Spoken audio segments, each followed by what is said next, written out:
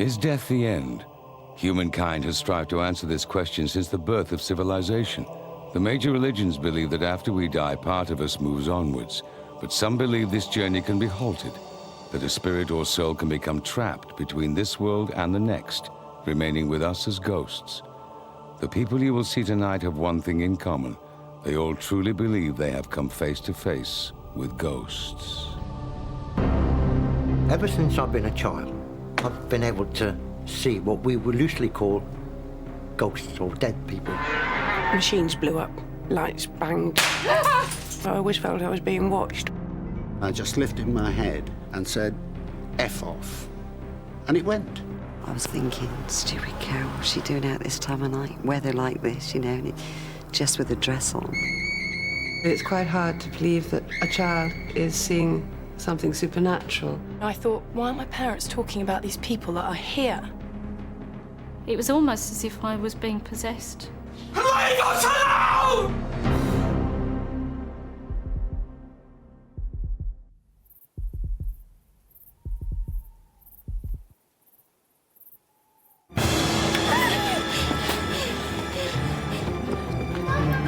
Just leave it!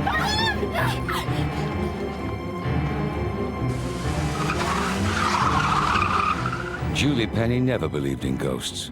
As a science teacher, she knew there was a rational explanation for everything. So why did she and her daughters flee into the night from their dream home, praying they would never have to step foot in it again? Julie and her engineer husband, George, married in 1986. They had 2 daughters, Francesca and Katrina. In 1994, they decided to move from their Walsall estate in the West Midlands. We decided that we'd sell the house and we'd make a new beginning in a rural part of the area. We thought that would be a better way to bring up our children. They found their dream home in a small village near Birmingham. It was really just what we'd always wanted. It was the picture postcard cottage. The children loved it, and we just knew it was what we wanted. We had our leg pulled quite a bit by friends who said, it's such an old cottage, an 18th century cottage. Are you frightened about it being haunted? And we said, absolutely not. That's complete rubbish. We don't believe in anything like that. Julie now wishes she'd listened to her friends. The family had been in the cottage for 2 days when it started. Ring the roses, a pocket full of posies. Tissue, a tissue, we all fall down.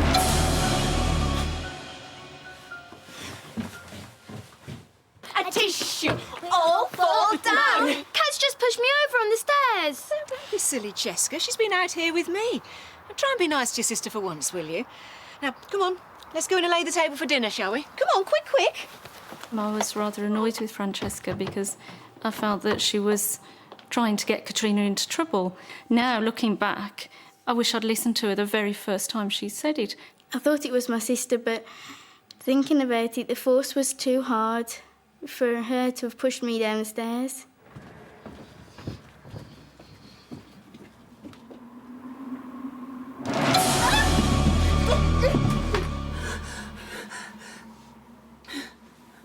It was like an adult-sized hand that pressed on my face as I went to go up the stairs. At the same time, there was a very cold breeze coming down the stairs. When I got to the top of the stairs, none of the windows were open. As a science teacher, I have to give logical reasons and answers to everything, and that's what I teach children to do. For the first time in my life ever, something was happening that I had no control over, and I didn't have an answer to it. Julie was having a hard time persuading her husband that anything was wrong. I wanted to believe what I was being told, but I am an engineer by trade, and unless I can see it or touch it, it doesn't exist. I was beginning to believe George and think, I must be imagining it. I can't explain it, so what's the other answer?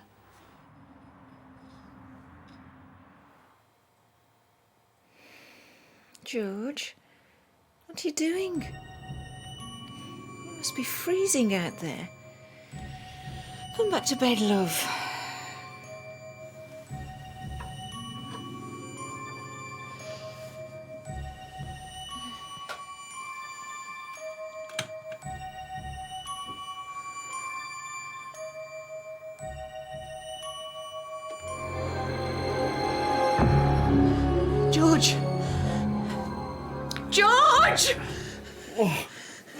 the matter? What is it? The man! The man! Do you care that I've got to be working in 2 hours' time? I've about had enough of this crap, Julie. What do you mean you've had enough? How do you think I bloody feel? You don't seem to give a shit what's happening to us! Mum, there was this man in our room, and then he disappeared. He looked exactly like George. He'd got a really, really strange outfit on. It was cut in a style I'd never seen before. Over the next few months, the strange events got worse. There were terrible smells and unexplainable electrical problems. Wondering if she might find the answer in the history of the old cottage, Julie visited the local library. The village apparently was a real den of thieves. The stagecoaches were always being held up. There were lots of hideouts for highwaymen. It was really a very rough area. We found out that our cottage was linked up to the Welsh Harp pub by a series of tunnels. The tunnels were used from there for the highwaymen to escape down, and they actually escaped through the trapdoor in our cellar out of our cottage. Close by there was a tree which was a hangman's tree. We don't know if the problems in the cottage were linked to a very vivid history or whether it was something else that was going on that we couldn't explain. But it was talking to the neighbours that produced the most chilling evidence. We found out that nobody had been in the cottage for more than 18 months. Someone had committed suicide. We desperately tried to trace people who'd lived in the cottage, and we just kept hitting a brick wall each time. I remember my friends at school telling me that you don't want to live there, you live in the haunted house. Arguments were increasing in the house due to the fact that I was being presented with all these stories. Julie started taking the girls to spend some nights at her mother's, but George was still unsympathetic. Nothing had happened to him, yet.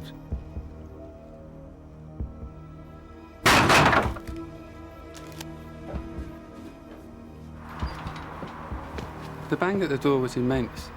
The whole house shook. I ran to the door immediately and opened it, expecting to see somebody or something there. There was nothing there. George was about to experience firsthand what his family had been going through.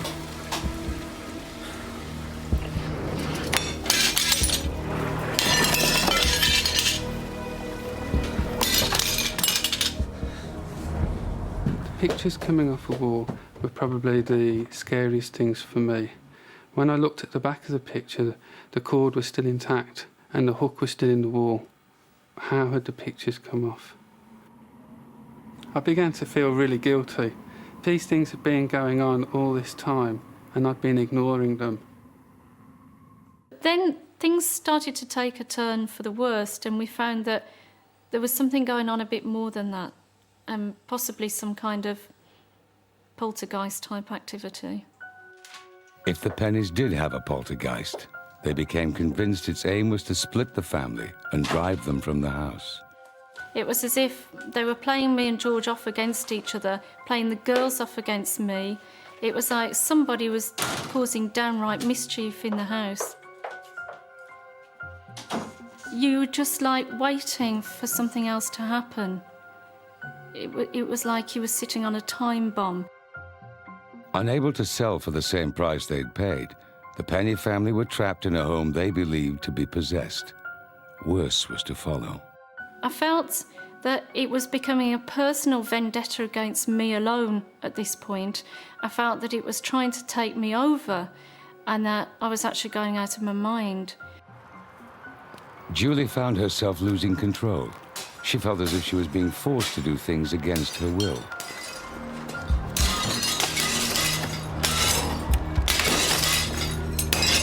Julie? Julie? Oh, love, what have you done? What have you done? Look, you've cut yourself on. Leave us alone!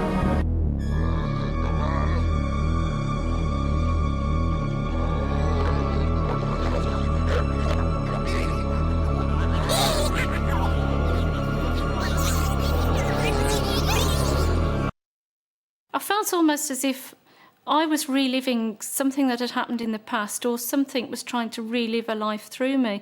It was almost as if I was being possessed. When George worked night shifts, Julie and the girls often slept in the same bed for safety, but nowhere was safe anymore.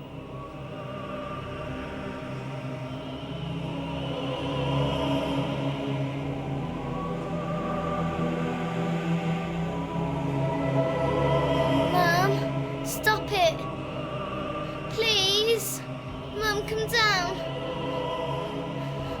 Mum, please.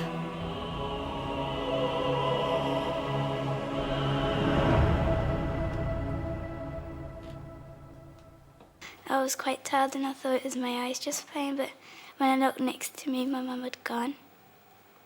So I thought, okay, I'm not dreaming, it's my mum is like up there.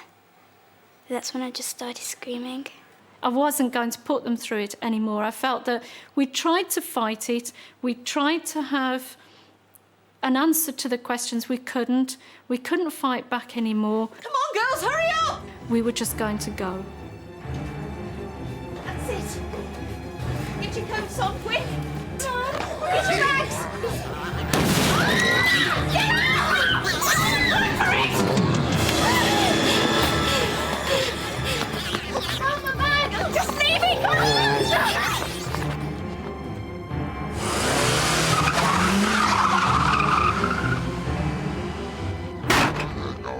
I felt as if it had won.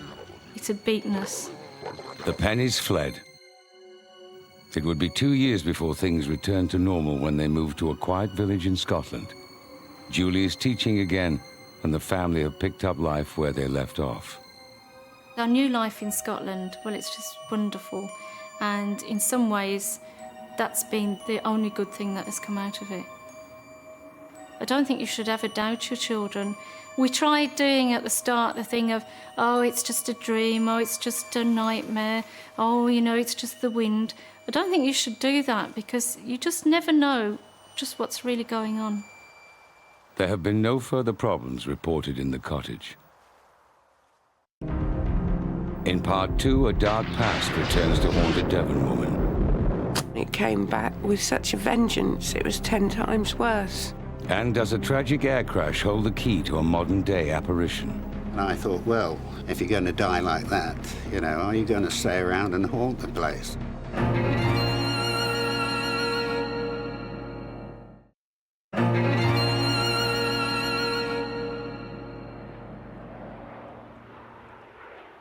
The St. George Hotel in Teesside.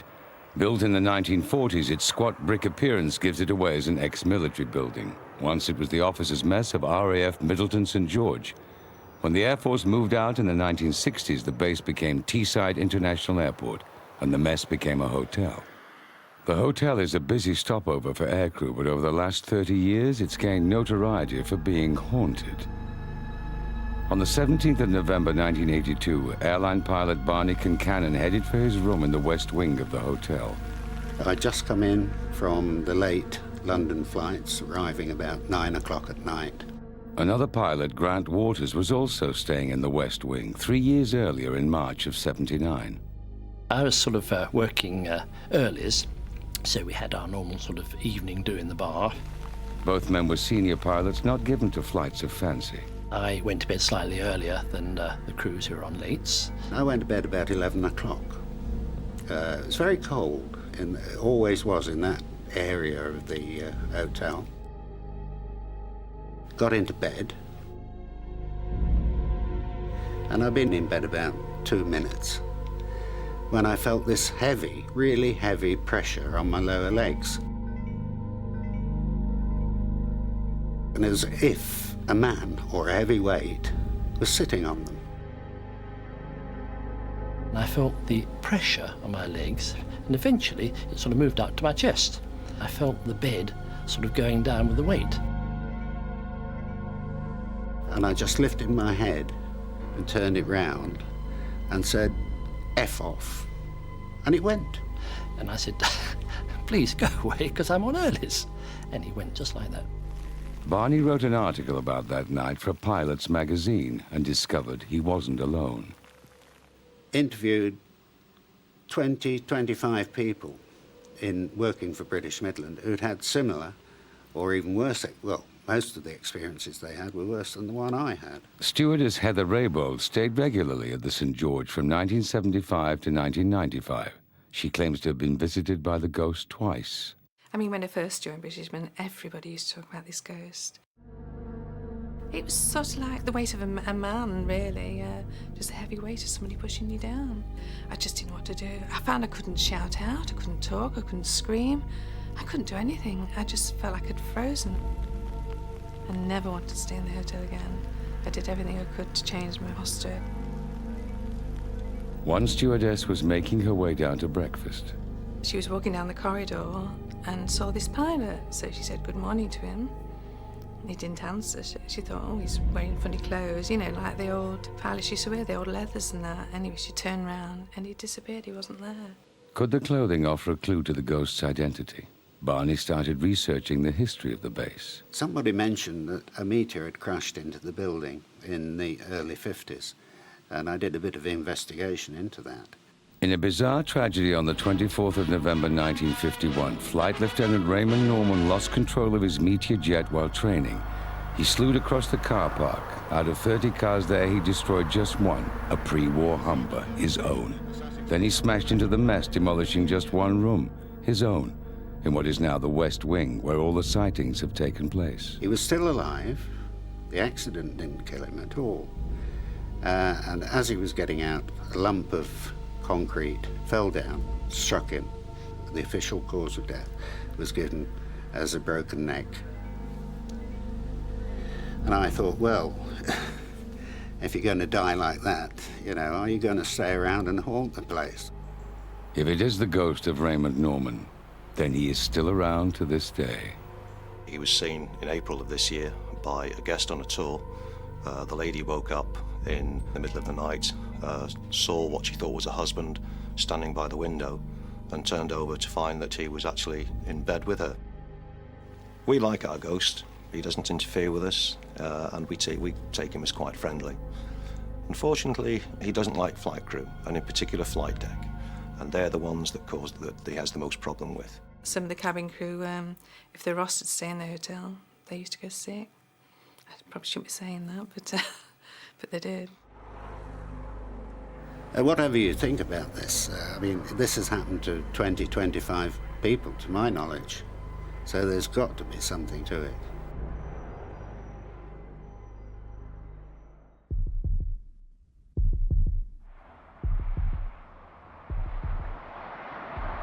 Fiona Hutchings and husband Viv live in a mobile home.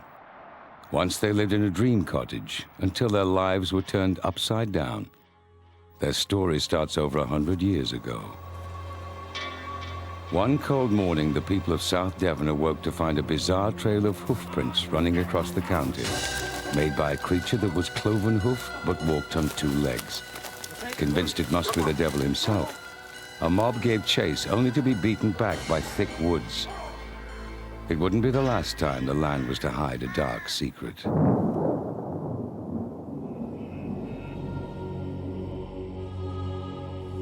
Since then, rumors have abounded of strange goings-on in the woods and moors of the area. Tales of witchcraft, of devil worship, of black magic and human sacrifices.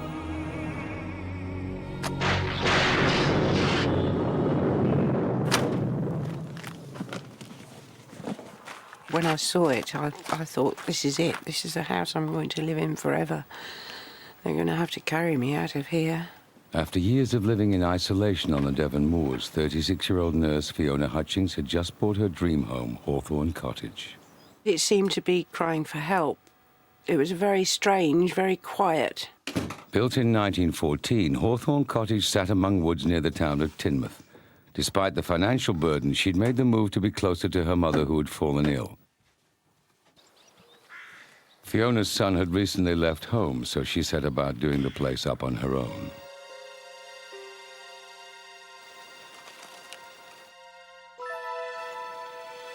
From the start, she felt there was something strange about the atmosphere.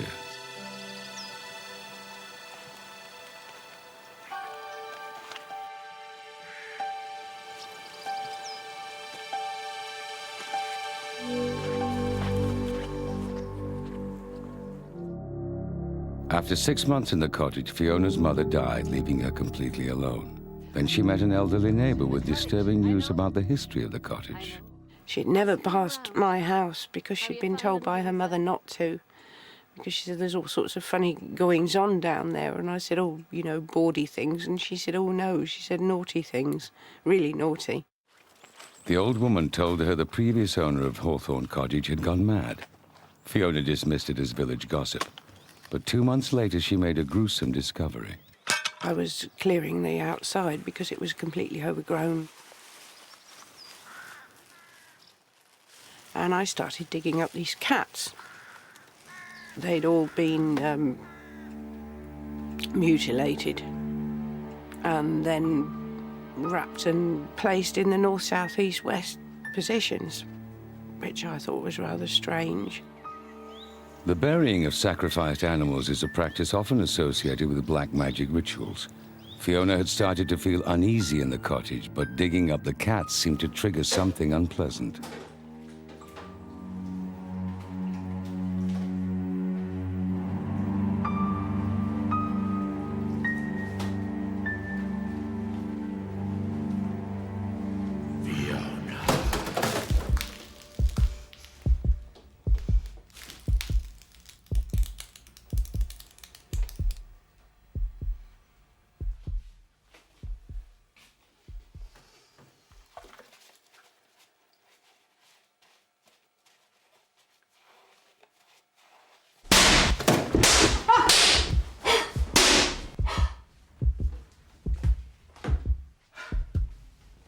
Fiona felt like Hawthorne Cottage was turning against her. I'd have unexplained electrical faults. I got through about 3 or 4 TVs. I had 2 fires that started for no reason whatsoever. Washing machine that wouldn't turn off. Microwave that blew up. 5 or 6 kettles. Fiona's sanity was being pushed to the limit. It reached breaking point one October night in 1989. I'd gone to sleep quite happily. Actually, I'd had some hot chocolate, which was one of my favourites when I couldn't sleep. And I woke up and I couldn't get off the bed.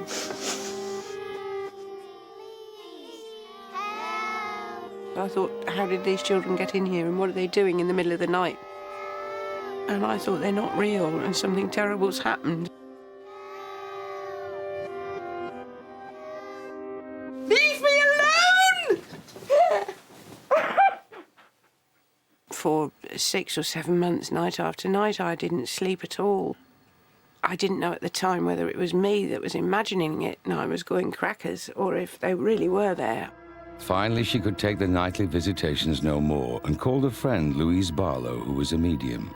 Usually, clients had to wait for several weeks to see me, but a little voice said in me, you need to see this lady now, like today.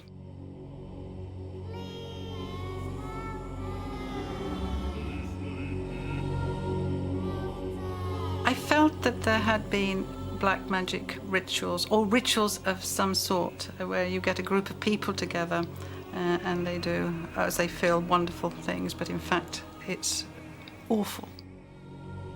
Whether it was that house, I don't know, but it was that land. Louise felt that if Hawthorne Cottage was being haunted by events that happened on the land before it was built, then it was essential to fight back. She called in a qualified exorcist with the liberal Catholic Church in nearby Exeter. The priest who still practices today has confirmed the events. Omnis spiritus immundi. He said the children had been sacrificed, and he said it was a sort of ritual that I wouldn't wish to know about. Domine Jesu Christi. Every time he put holy water down, it was like when you throw water on a bonfire. The ashen blackness and the smell was appalling. Little by little, the smoke disappeared.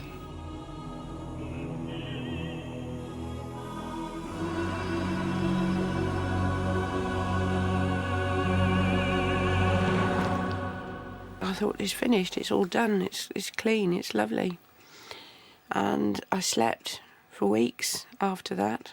The nighttime visitation stopped and life returned to normal. Fiona married a merchant navy electrician called Viv.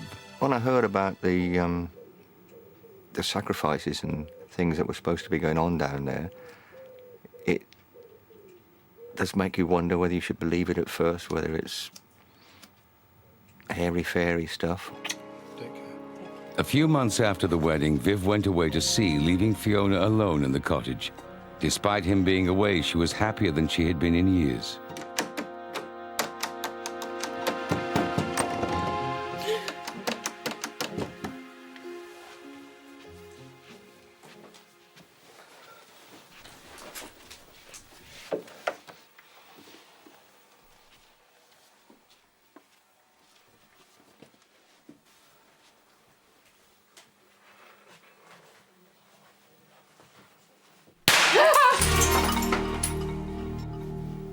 The exorcism may have got rid of the children, but Fiona now believed there was something else in the cottage.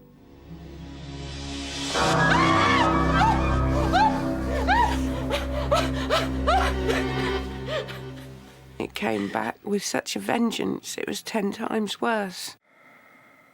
And when Viv returned from sea, he too found himself targeted, usually at night after he'd gone to bed. Oh, God! What on earth happened? I've got no idea how I got down there. Well, if I did fall down the stairs, I had no bruising or anything on me, and I just can't explain that one at all. I went back to Louise. She said, this has come back since you got married. Not only have you freed the children, you're also happy yourself, and this isn't on, they won't have it. After more than a year of being terrorized, the couple were at their wits' end. They had heard rumors of an elusive local man by the name of John Parker. Ever since I've been a child, I've been able to see what we would loosely call ghosts or dead people. I don't look at myself as a medium.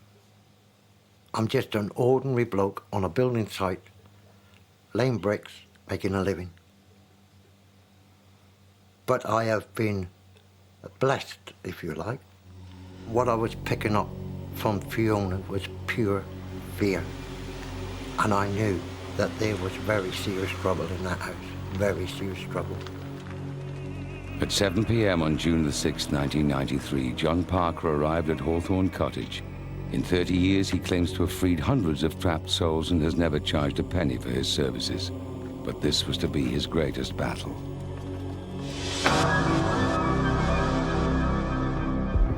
In part 3, John Parker does battle.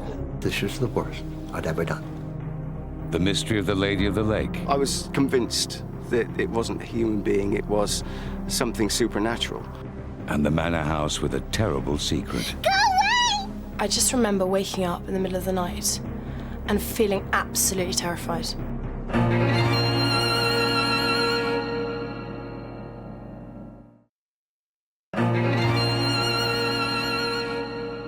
After 5 years of terrifying, unexplained phenomena at Hawthorne Cottage, Fiona and Viv Hutchings have called in ghost hunter John Parker. He is their last hope after previous attempts at exorcism failed. We'll soon have this sorted out. You must be Viv.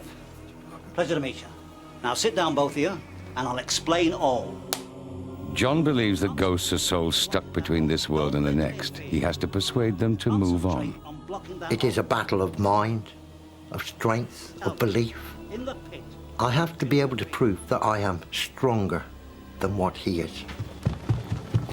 I could hear footsteps running up the stairs. There's nobody there, of course. Not from this world. Right, you little buggers. Can't hide from me. I knew that they were sacrificed for the cult that they belonged to. You don't belong, I'm telling you. The house shook, literally. I really don't think I've ever been so frightened, ever. I've fought better men than you, I'll tell you now. To actually hear it and experience it, it was nothing can warn you about that. What I remember, boy, I'm gonna push you out. Crashing over's where you're going. You know where you should be, you've been hanging around here far too long. Go on, I'm telling you, on your way.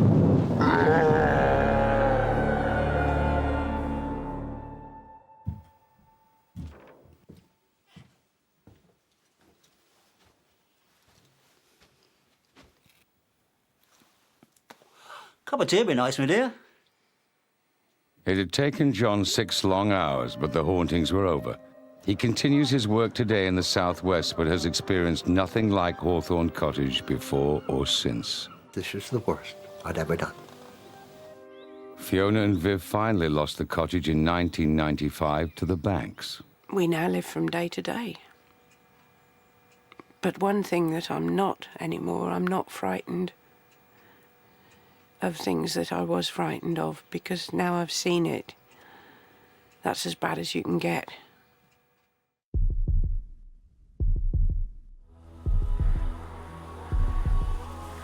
"20 miles outside of Bristol is Chew Valley Lake. It's a tranquil place, but its waters hide a secret. At the bottom sit the ruins of the village of Morton, which disappeared in 1956 when the valley was flooded to make a reservoir. But does the lake also conceal the grave of a ghost? On June the 5th, 1999, Chris Pugh, with his girlfriend Wendy and his daughter Sam, were returning home from Bristol past the lake on the B3114. Just as I got to the brow of a small hill, I could see a triangular light at the end of the cat's eyes. And just as I approached it, Wendy looked up and she said, "Pewey, Pewey, look out." And I said, "I know, I've seen it." As we drew closer to this object, it was just a lady just appeared from the middle of the road and drifted very slowly in front of the car. My first thoughts were, oh, perhaps it's just somebody crossing the road. But then, after I looked again, I realised that something wasn't quite right.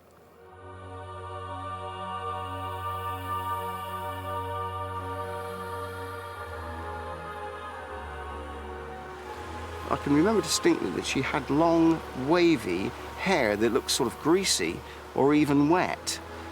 I was convinced that it wasn't a human being, it was something supernatural. What is it? What could it be? And then the next thing you just think, crikey, that is a ghost. I just knew it. It wasn't until afterwards when I thought about it, I felt absolutely petrified. I didn't really know how to feel, how to handle it, I suppose. So I pulled into a small car park, into a pub just adjacent to the lake, and phoned the police, and that was quite a difficult explanation to give to them. Police searched the area but found nothing. A week later, Chris replied to an ad in the local paper asking for people who had seen strange things at the lake. A meeting at the local historical society was arranged for witnesses of the ghostly girl. There were about 12 people in total, which was amazing because all of them recorded almost the same information when asked a series of questions, yet there was no collaboration because nobody knew each other before that night. One of those who saw her was Carol Gillen. I was thinking, stupid cow, what's she doing out this time of night? Weather like this, you know, and just with a dress on. That was when I realised then that she was a ghost. The hairs on the back of your neck stood up, knees turned to jelly, and held onto the sort of steering wheel, like just very slowly watching her go up the lane. I started asking around the local village where I lived if there was anybody that knew of anything about maybe a girl out on the lake road. And then I found a lady that had a book of stories about neighbouring villages. I actually came across a passage in the book about a girl called Catherine Brown that lived at Stratford Mill, which now is Chew Valley Lake. The story goes that she'd actually drowned in the moat and she was only a young girl. So I just surmise that this is who it could have been. Catherine Brown disappeared one day at the turn of the century. The next morning she was found drowned. She'd been dead at least 24 hours. Yet her mother claimed to have seen her the previous night climbing the stairs soaking wet, at a time when she was already dead. The events have left those that saw her wondering if it is Catherine Brown retracing her steps home, a home that now lies deep under the lake. From the dresses that she was wearing, you could see that she was obviously from the turn of the century, quite a while ago, and all the little pieces of the jigsaw started to fall into place. Any evidence of Catherine Brown's mortal remains disappeared when the waters flooded the valley. Somewhere there's got to be a grave, and I would love to think that she's here. And I think until I've actually gone right to the end of the story, I won't be satisfied until I do. But I will find out. And hopefully it is Catherine Brown.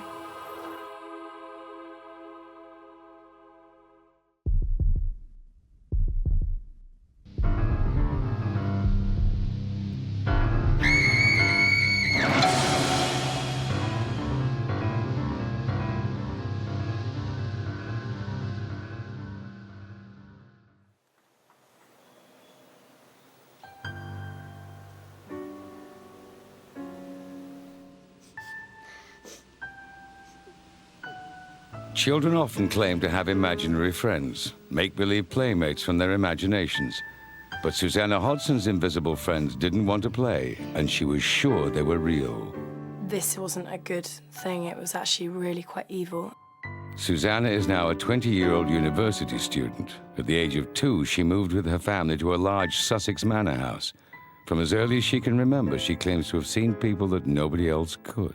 Shortly after we moved there, she became quite disturbed at night. I mean, she'd have me up night after night after night for clearly no apparent reason. I'd always sleep with the light on the landing on.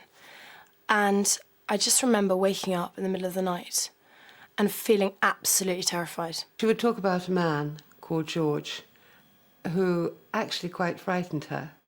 For the next few years, the young Susanna continually claimed to see the man called George and a woman called Abby. Most children forget their imaginary friends by the time they start school. Come on, Zona. Time for breakfast. But not Susanna. Before he disappears.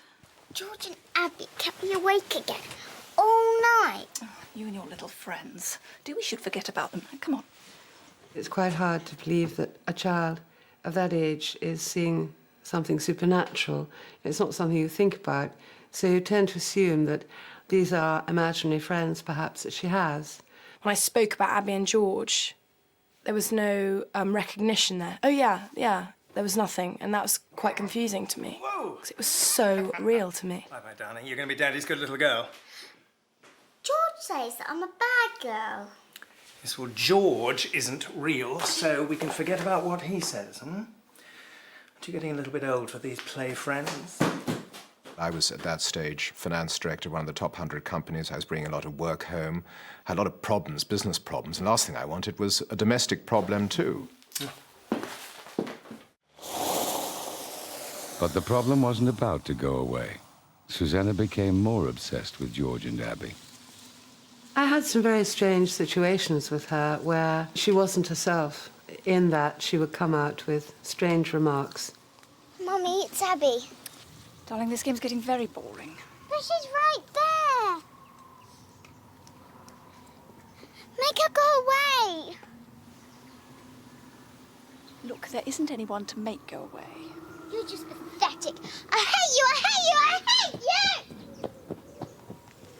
Susanna? I wanted Mummy to see her. The Abby I'd been talking about, and she didn't really know who she was. And that's quite disturbing for a mother. You just instinctively know that that's not your child talking. Then everything changed. Diana was to have an experience that finally convinced her that her daughter was telling the truth. Well, I do hope you've calmed down now, young lady. Zana? I would hear footsteps running and assumed that it was her. Susanna?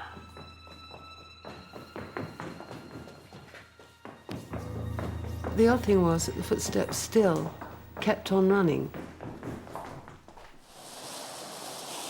The strange events threatened to drive a wedge between Daniel and Diana. Darling, thank God you're back. It was difficult in the beginning with him because he really didn't want to know, actually, at all, and didn't find it remotely interesting or believable. It's Susanna. Dan, I think I believe her. It's really scaring me. Diana, I really don't need this now. You know how it is. You get home, you're pretty knackered, and immediately your wife starts in on some problem that she's had in the day. He just didn't find it credible. I don't know So what it was bashing my head against a brick wall, and he'd get fed up and cross. We'd have an argument. What are you trying to tell me, that this place is haunted? Darling, right now, I do not need to come home to a house full of hysterical women spouting about bloody ghosts. No, and I don't need you coming in at all hours of the night and not giving a damn about your family. Diana was getting more and more concerned, and I think she was frustrated with me because I wasn't actually giving her the right answers. But while her parents argued over whether she was imagining things, 2 floors up, Susanna had no doubts.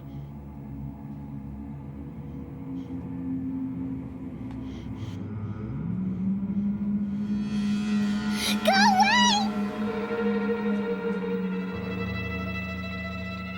They weren't trying to befriend me. They were just these entities that were in my life. They were just there. George had sort of shaggy brown hair and dark, exhausted-looking face, sort of pasty, not a nice face at all. And Abby, she had bags under her eyes and she had straggly black hair. I was so frightened and just curling up on the landing and just sleeping there all night long. I couldn't even go down the stairs, which was a short staircase to my parents' room. Diana was now firmly fighting in her daughter's corner. I felt that it was bullying my young. And I would actually get quite angry. I would actually verbalise that sometimes when I was alone and no one was listening. You've had your life. Why didn't you just bugger off? Go on, go to hell! You feel somewhat impotent because you don't really know quite what to do or understand how the whole situation is working.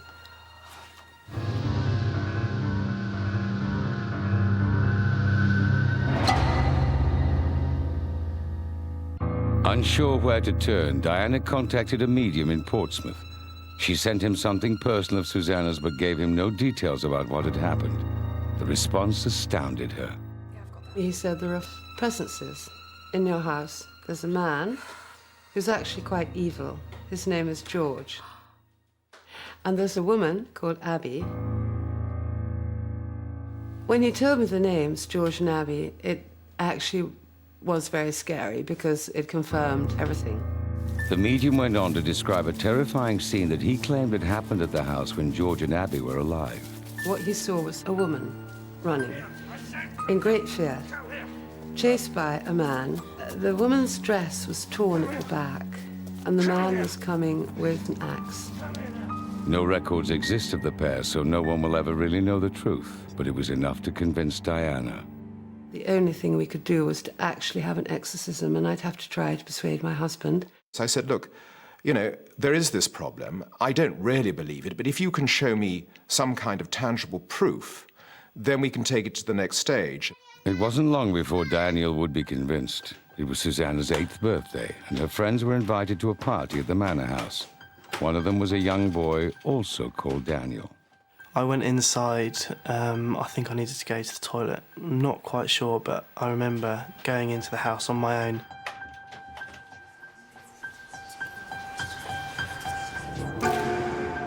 An old lady dressed in black. She was very authoritative. She did not want me to go past her.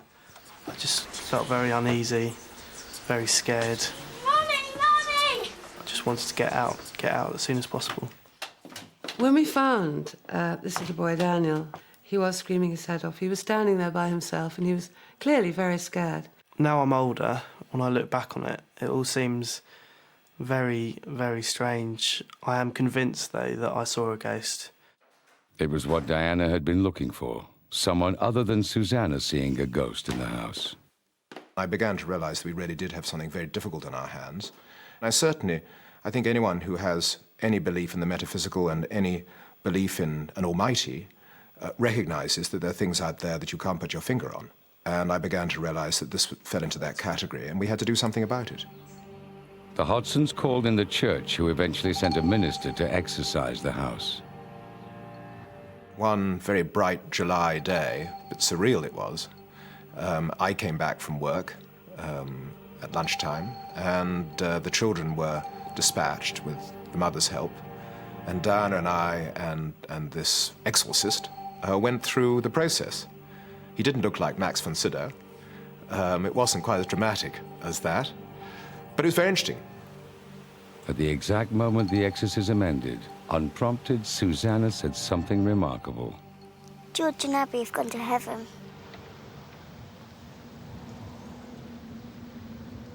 I don't know why I said it. It was just came from the feeling. And I said, what's your batting average? And he said, well, about 90%. I would definitely say that if we hadn't remained close as a family, that entity, whatever it was, could have really done some damage. Susanna never saw George and Abby again. Perhaps they had only ever been a figment of young imaginations. It all worked so simply, and the exorcism sort of unlocked everything and sent it away, that maybe it was psychosomatic after all. But the story was not over yet. 2 years later, the Hodsons moved to a new home. Soon after arriving, they invited their next-door neighbour, Marnie Jones, around for tea. No, you'll love it here. The village is beautiful, and don't worry about the locals. Well, I hope so. It's a wonderful place. It feels so at peace. Why? Wasn't your last place? Well, we had some problems at our last house. Where was it? We lived in West Broughton. West Broughton? God. I used to live there. That's amazing. Well, we lived in the manor house. You know, by the church.